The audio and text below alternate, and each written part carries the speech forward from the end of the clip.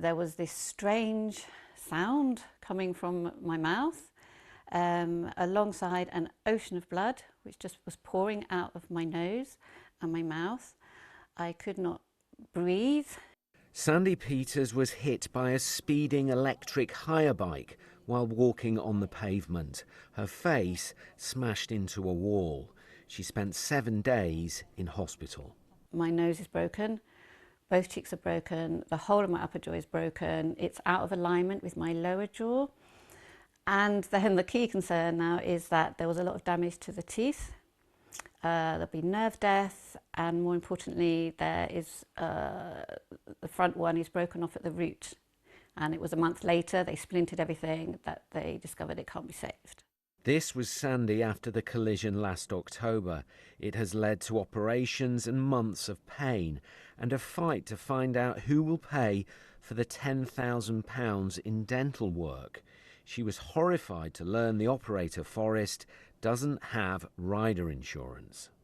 What did you feel when you found out that Forest don't have insurance? I couldn't believe it, because I'd known about instances with Lyme bites that they do have insurance.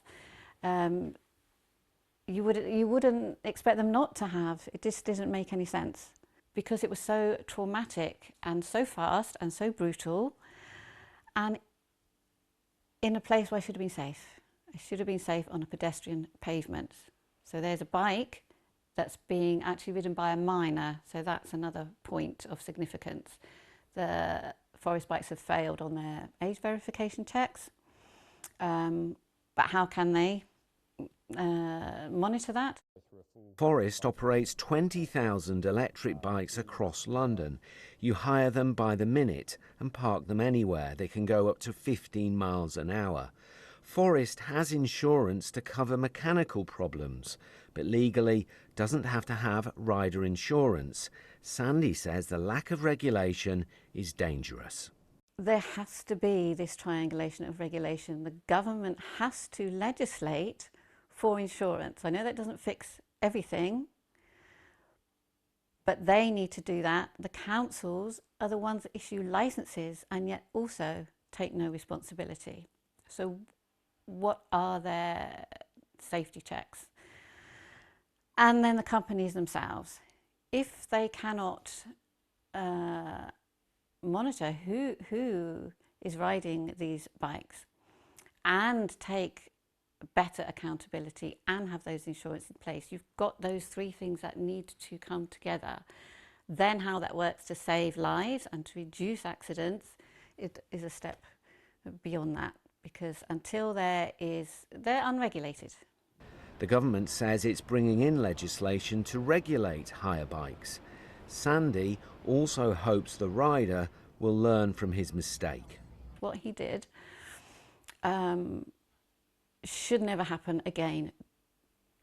Do not ride on the pavement. But hate is not going to heal either of us. And I actually wish him no harm, because he showed courage. He didn't have to come back. He came back. He talked to the police. He gave his statement. And he's got his whole life ahead of him. So my hope is that he will educate his peers. He will now learn that law. He will learn.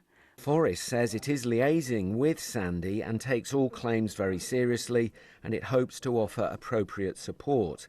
Sutton Council says it has asked the operator to ensure there is a thorough investigation. At the moment, though, Sandy believes the system doesn't protect those injured by reckless e-bike riders.